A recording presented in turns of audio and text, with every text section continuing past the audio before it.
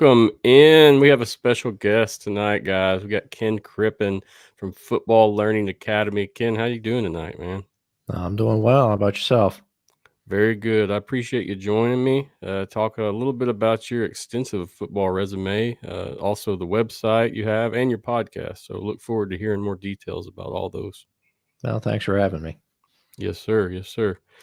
I mean, before we get started, so guys, this is Ken Crippen. He's got a wide background in football education. You can research him on your own, but many publications, articles, books, podcasts, just a lot, and then the Football Learning Academy as well.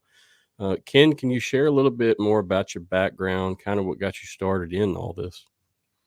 I've been researching and writing about pro football for over 30 years now. So it started when I was back in college and just started digging into football history. My favorite team's the Buffalo Bills, and I just wanted to learn more about the team. So as I was diving deeper and deeper into history of football in Buffalo, it just kept expanding from there. And yeah, it's just consumed me at this point. Nothing wrong with that. I think many of us can attest to that in different Mhm. ways as well. Yeah, so I've been writing articles, writing books. I've been in a leadership position within the Professional Football Researchers Association for over 15 years, and then retired from leadership there. I'm still a member, but retired from leadership there, formed the Football Learning Academy, which is an online school teaching pro football history. Sounds great. And I will pull that up when we get closer to that subject regarding the FLA.com. Just want to talk more about your background, man, because coming through, it seems like you just have so much, like a wealth of knowledge and things that you've done and experiences. So much respect in that nature. Can you tell me, I mean, so you're a big Bills fan. Is that kind of just exploded this interest in doing more researching history? I mean, what was basically your love and drive to pursue this project?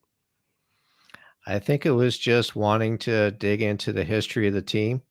And so as I was digging farther and farther back, I mean, I went past the current franchise into the Buffalo Bills in the 1940s, then went back into the Buffalo teams in the 1920s, and then pro football prior to 1920. And then just it was expanding from there. So you'd see the formation of the NFL, you'd see the formation of pro football itself in the 1800s. And I just fell in love with all of it. So I just wanted to learn as much as I possibly could, not just in Buffalo or Western New York, but just as much as I could anywhere in the country. Understood. But a lot of respect there because it's easy to be a fan and say you want to know stuff, but to actually go dig it out and find you have some fascinating interviews and stories and articles you've written, and that you can't do that just by sitting in the arm of your couch. So, like I said, it's cool that you got to get out and do all these things. Let's talk a little bit more about your writing background before we jump into the FLA website. Uh, Mhm. Tell me, I know you got a couple awards. So the one was the Dick Connor Writing Award, and the other was the Ralph Hay Award. Can you share something about those and kind of tell us more about how they work? Yeah, the Dick Connor Writing Award was with the Pro Football Writers of America. So these are all the people that are the beat writers for the NFL around the country, as well as the people that cover the NFL in general. So I submitted an article that I wrote. This one was on the 1996 Green Bay Packers. So I was fortunate to have several interviews for that. You know, the GM, Ron Wolf, head coach, Mike Holmgren, talked with Ken Herrock. He was the VP of pro personnel over with the Falcons. And so Ron and Ken were the ones that worked out that trade for Brett Favre. So, you know, being able to put that article together, talking about the history of that team, as well as, you know, try to talk about some of the behind the scenes associated with that trade for Brett Favre, as well as building that team. That's how I was able to win first place for that particular article. As far as the Ralph Hay article, that was with the Professional Football Researchers Association, and that's one for lifetime achievement in pro football history. So I was obviously very honored to say that I've made enough of a contribution to pro football history to be honored with that award. So, it's very touching to be able to get something like that.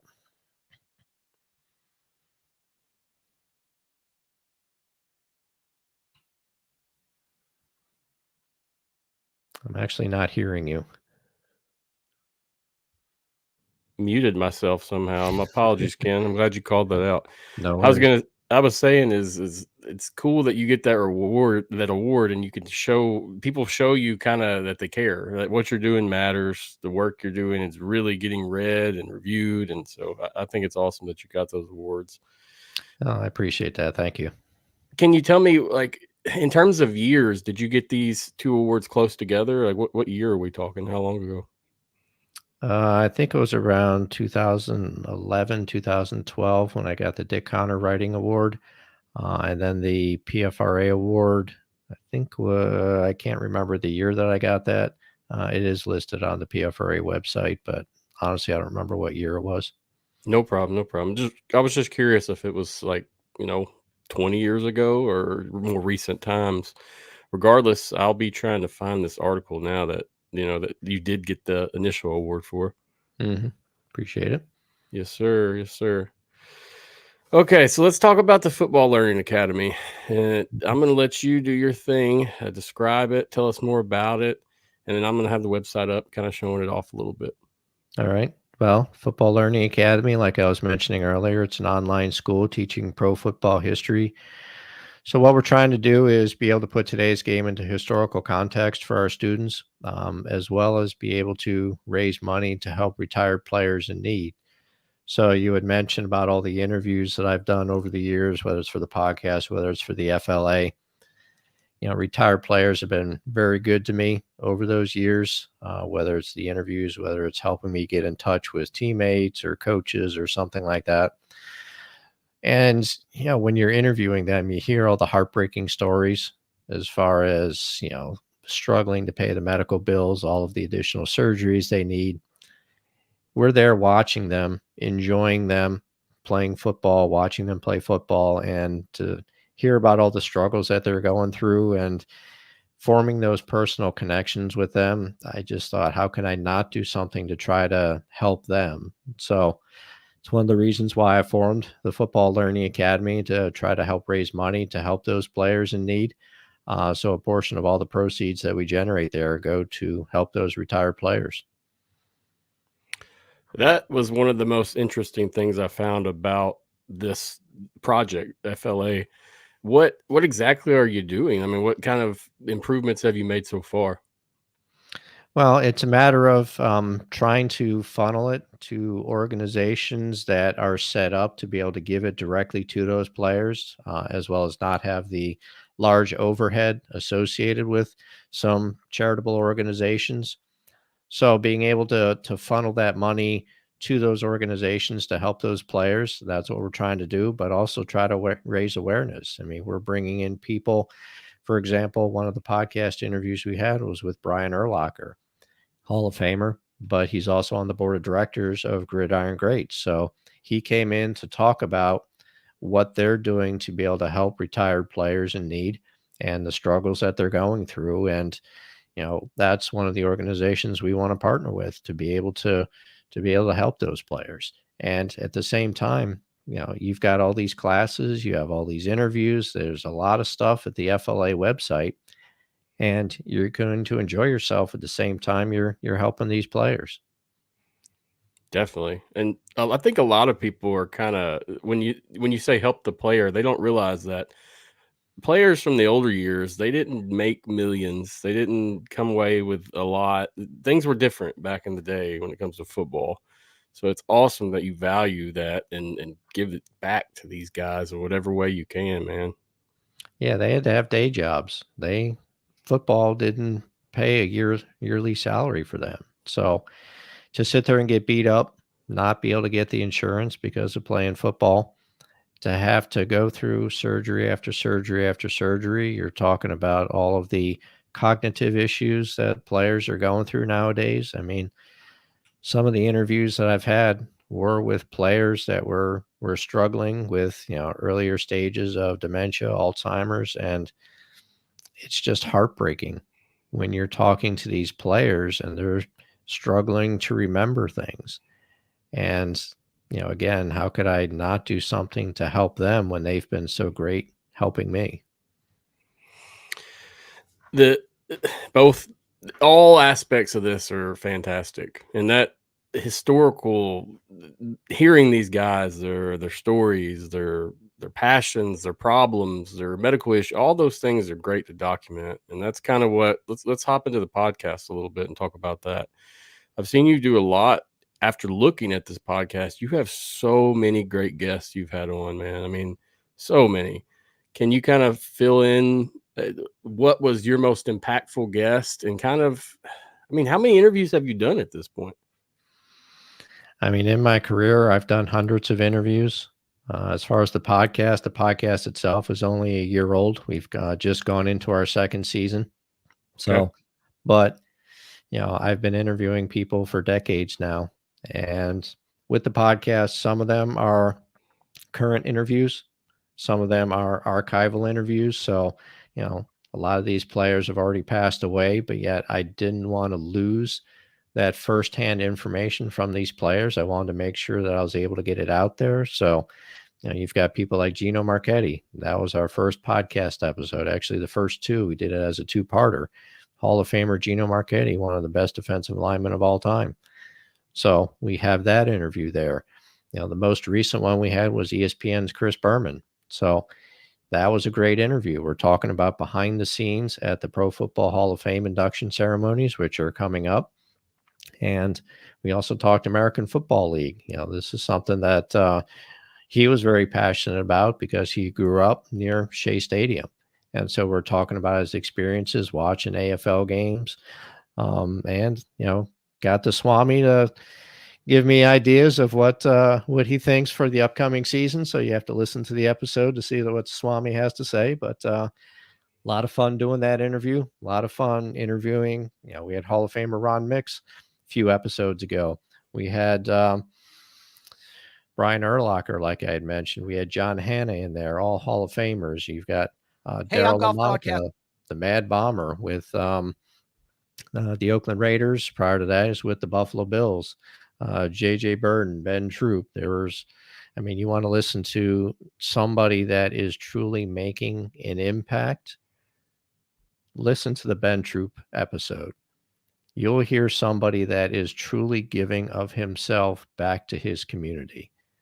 And so I want to be able to feature players like that. I want to be able to, as I like to say, kind of get under the helmet. I don't want to just say, okay, well, you did this on the field, you did that on the field. You're going to see a lot of that out there. I want to find out about the people themselves, what drives them, what motivates them, what makes them the person that they are.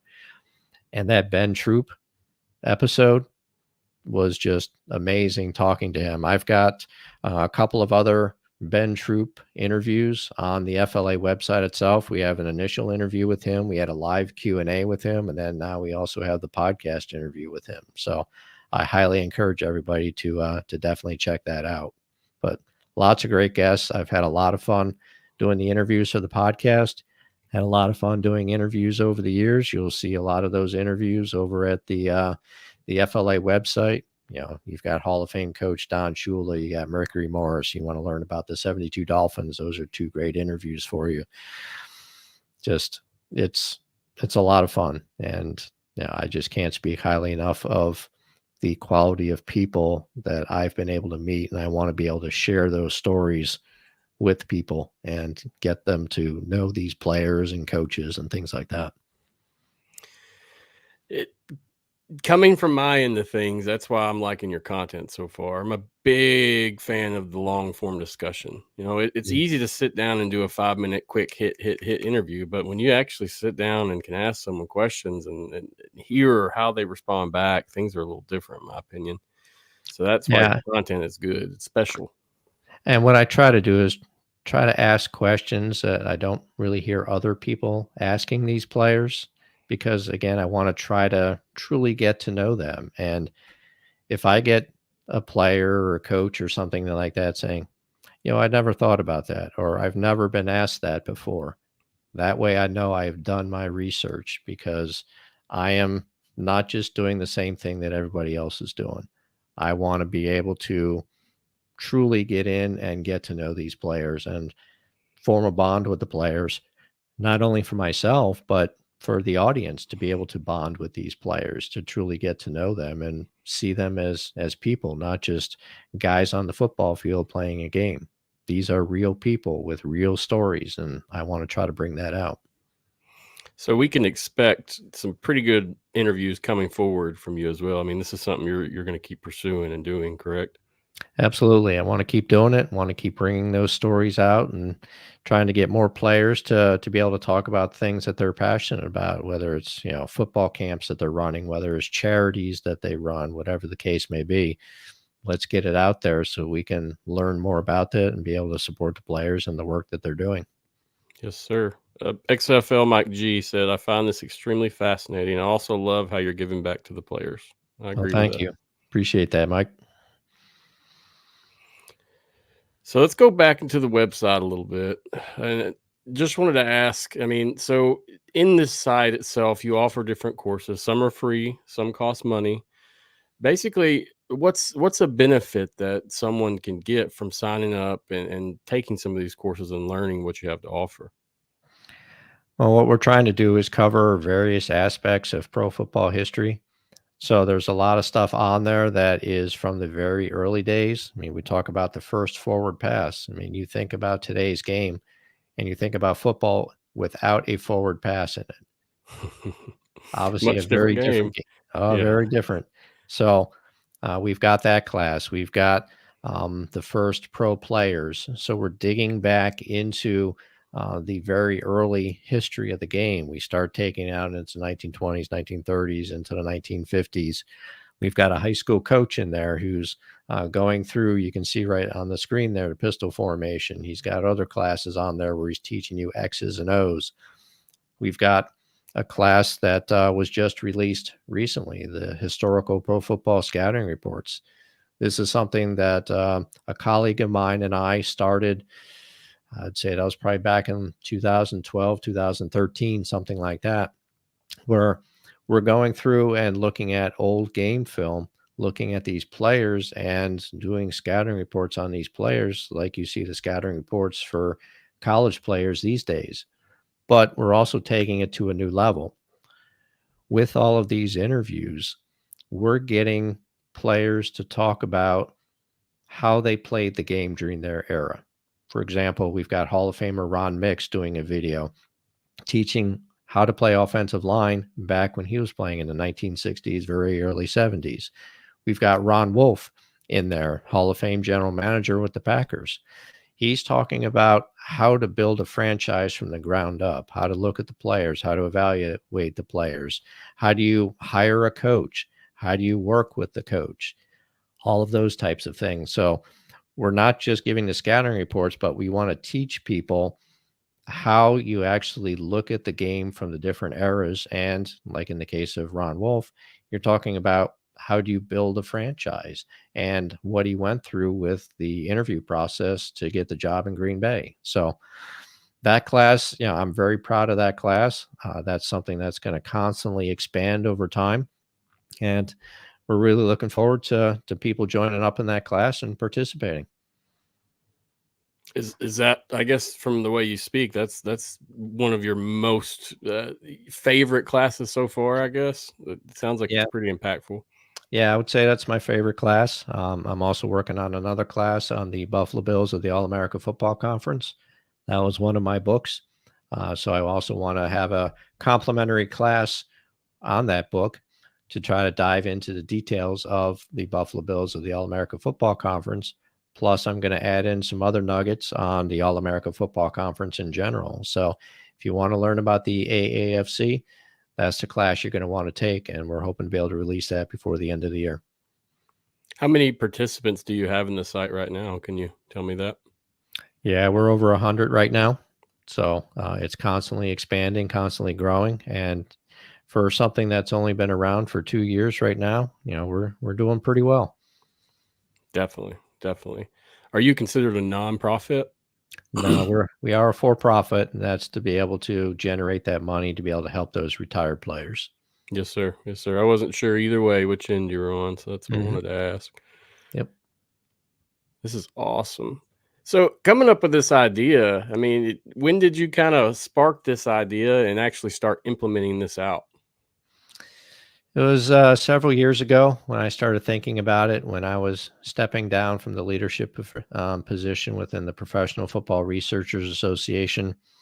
Had the idea that I wanted to form a school to be able to teach pro football history. And so that's when I started working on the idea. It was probably about 3 years ago when I started putting things into motion, forming the company, and getting all the infrastructure put in place. We launched it 2 years ago, and it's been doing very well. So it's something that I've wanted to do for a while. I've wanted to teach pro football history. Now I'm able to do that. And as you can see, as you were scrolling through a lot of the stuff, we have a lot of other great instructors. They're all leading authorities in their field. So you're definitely going to be learning from some of the best, and there should be a class there that you enjoy, and should be something that's entertaining, fun, and educational for you. Yes, sir. From my view, you do have courses that are free. So, people, if you're listening and you want to try it out, I mean, hop on there and sign up, give it a shot. Am I correct in that? That is correct. Yeah, there's some free classes there. There's some classes that are inexpensive. Um, and what you're getting when you're paying for those classes is you're getting exclusive content that you're not going to find anywhere else. For example, we've got an interview with the great broadcasting legend, Leslie Visser. So she's coming in and teaching you how to do interviews, some interview techniques that she's learned over the years. I mean, you've got a legend in the industry teaching a master class on interviewing. Plus, we're talking about her career. You've got the first black quarterbacks. You've got an exclusive interview with Marlon Briscoe, who was a starting quarterback for the Denver Broncos back in the 60s. So these are the types of things you're going to get. The first pro players, that's a class that we charge a nominal fee for, but you are hearing from Hall of Fame owner Dan Rooney from the Pittsburgh Steelers. He is talking about the document that was brought to the Steelers offices that proved that Pudge Heffelfinger was the first paid professional football player. We talk about that experience of him talking to that person that brought in that evidence. So, I mean, these are things that you're not going to find anywhere else. And so that's why I'm pretty proud of what we've been able to do so far with the FLA. And there's a lot of great stuff that's going to be coming down the pipe here for our students. So, like I said, there should be something there for everyone. Definitely. Definitely. Guys, check it out. I'm going to drop the link in the comments real quick, just in case. We'll have some people listening after the fact. So if you guys are listening audio wise, the links will be in the notes as well for basically anywhere you want to find Ken and some of his work. So, Ken, let me ask you about the Sports History Network. And from viewing your site, I can tell that you're very proud of the Sports History Network. So, I wanted to make sure that we definitely discussed it, kind of what it was and what it represented as well. Yeah, Sports History Network is a bunch of podcasts that are on the same network, and they're all dedicated to sports history. Obviously, it brought my attention with seeing some of the instructors that we have at the FLA have podcasts on that network. And Arnie Chapman, who runs the Sports History Network, has done a great job putting this together. There's a lot of stuff on football history, if that's what you're interested in. But there's plenty of other sports there too. There's basketball, baseball, hockey, Olympics. Obviously, we're in the Olympics right now, so you probably want to check that stuff out as well. So, yeah, Sports History Network is a great bunch of people to be with, and I'm very proud to be a part of that network. Yeah, looking through, there is a wide range of content here with this network. I was impressed looking at it. I thought it was kind of just a title, but after I actually looked and viewed it, I mean, there's a lot of significance in this network. Yeah, there's a lot of great podcasts on there, and I highly encourage people to go and check it out. See all the stuff that's there. You can even see the Professional Football Researchers Association has a podcast there. So much content. You're giving me more to do, I promise. As I walk and I do things, like I like to listen to podcasts, and not all is sports related due to there not being too much content that's not, history based. It seems to be a lot of opinions and a lot of, Mhm. arguing controversy. Seeing this kind of stuff really just helps me become more of a fan of the sport for sure. And I hope people at home can say the same. Yeah, I mean, they're not interested in hot takes and all that kind of stuff that you'll see with other podcasts. I mean, they're dedicated to sports history. So if that's your interest, you definitely have to check out podcasts that are there. Yeah, I mean, I've found since I've started doing this, it's been over a year now, that I've even had to look at books and read some books to get some of this history knowledge. And now that I know this resource is here, man, it's fantastic in my opinion. Hmm. Yeah, it's a great place. Let's talk about the Professional Football Researchers Association now, if you don't mind. Sure. It's an organization that was founded in 1979. Um, Bob Carroll, Joe Horgan, who you may know from the Pro Football Hall of Fame, they are founding members of the organization, and it just gradually grew from there. I got involved with them in the early 1990s, got into a leadership position with them in 2006, I think it was. And then it just kind of grew from there. But this is probably the definitive source of pro football history that you are going to find anywhere. Any of the books that you see on the shelves, chances are they were either written by a member of the PFRA, or you look through the bibliography and it's going to be filled with people who are members of the PFRA as sources for these books that are out there. You see the stuff that's coming up now. These are the greatest teams series that the PFRA has been working on. So it's a collaborative effort with a lot of PFRA members putting this together. You can actually see the All America Football Conference book that I was co-managing editor of that one. I was a contributor on the 66 Packers book. I was the managing editor on the early history of professional football book that you see there. So there's a lot of great stuff there, and I was very fortunate and privileged to be a part of several of those books that you see listed there, as well as writing a ton of articles for their magazine, The Coffin Corner. So it is an absolutely great organization, and if you want to learn football history, these are the people that you want to talk to. A lot of the stuff that you see out there, like I said, comes from the Professional Football Researchers Association, especially a lot of the early stuff. That's all stuff done by Bob Carroll, Joe Horrigan, Bob Runmart. A lot of the people that were founding members of the organization are the reason why we know this early history of pro football, because of all the work that they've done diving through old newspaper articles and doing research and stuff like that. Very, very impressive, Ken. The more, like I said, the more I looked at this today, the more I realized that I have unlocked new content in my mental stream. It's just awesome to see that this is already here. When I started all this, it was really to bring, I guess, awareness to like the spring football leagues, and Mhm. it's definitely expanded and evolved since then. And it's awesome to see a group of whoever, doing these things and keeping up with this stuff, especially when I'm sure some of it you don't get paid for some of this. This is something you're doing for the love. It's all volunteer. Yeah, we Yep. don't get paid for any of it. Even if you're writing books, you're not making money off of it because there's not a lot of money to be made in writing about pro football history. You do it because you absolutely love it. And you've got an organization like the PFRA. When I was running it, there was over 400 people in 10 Wow. countries in the Wow. membership. They're now over 500.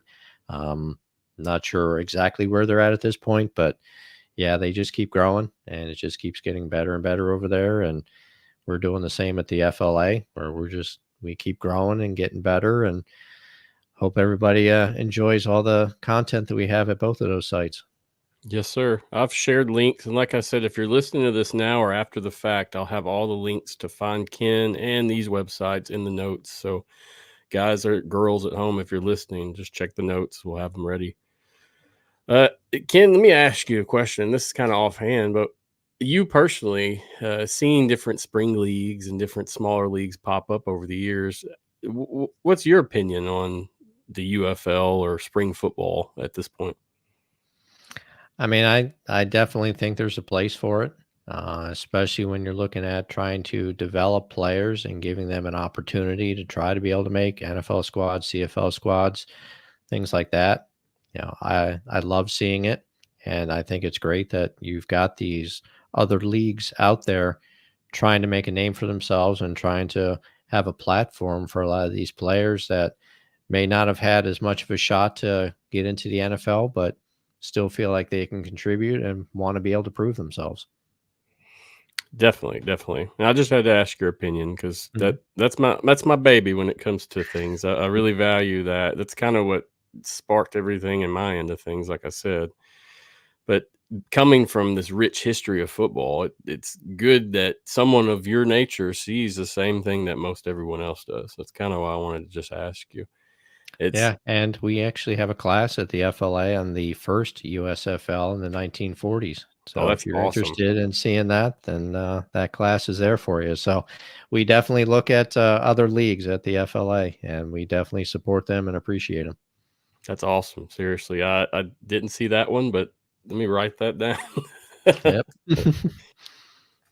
And Red Grange was involved in that league too. So you got to check out the class to see how he was involved. Definitely, we'll check it out, Ken. I appreciate that. Hmm. I guess, I mean, we've covered most everything. Is there anything you wanted to share regarding the site, the podcast, your books, anything that I haven't hit or we haven't discussed yet? Yeah, I mean, I've got an appearance at the Buffalo History Museum coming up September 4th. I will be talking about the original Buffalo Bills in the 1940s. So anybody who's in the Buffalo area, make sure you come out to that 6 o'clock. Like I said, at the Buffalo History Museum, we will have a complimentary class that goes along with that speech, along with the book that I wrote on the original Buffalo Bills. Hopefully, by the end of the year, you'll have that.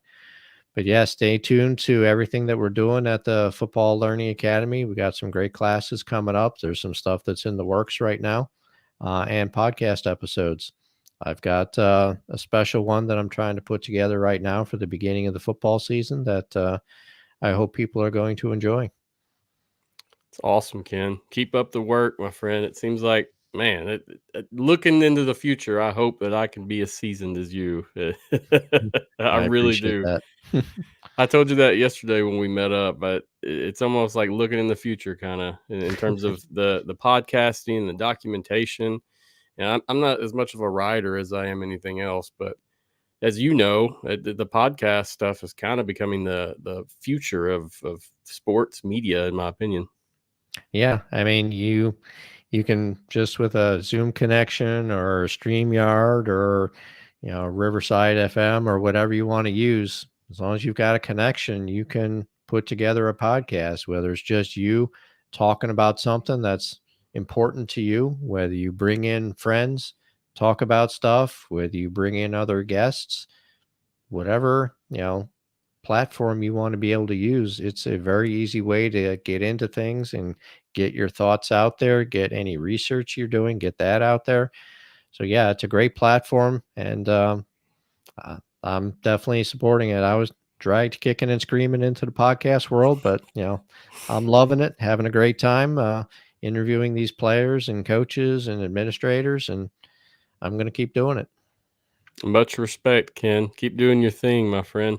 Thank Uh, you. in terms of future projects, you said you had you had like appearance September 6th. Is there anything else coming up? I mean, should viewers look for anything on the website or podcast wise? Yeah, I would say go to the website www.football-learning-academy.com, and you'll be able to stay abreast of everything that's going on, all podcast episodes, any new classes, links to all of our social media channels are there. So that's a great way to stay on top of what we're doing at the FLA, or my personal website, kencrippen.com, to see what's going on there. So yeah, either of those two websites is a great place to go to keep on top of everything that's happening. Yes, sir. I will make sure those are in the notes. I've had some stuff rolling during the show as well for where they can find you.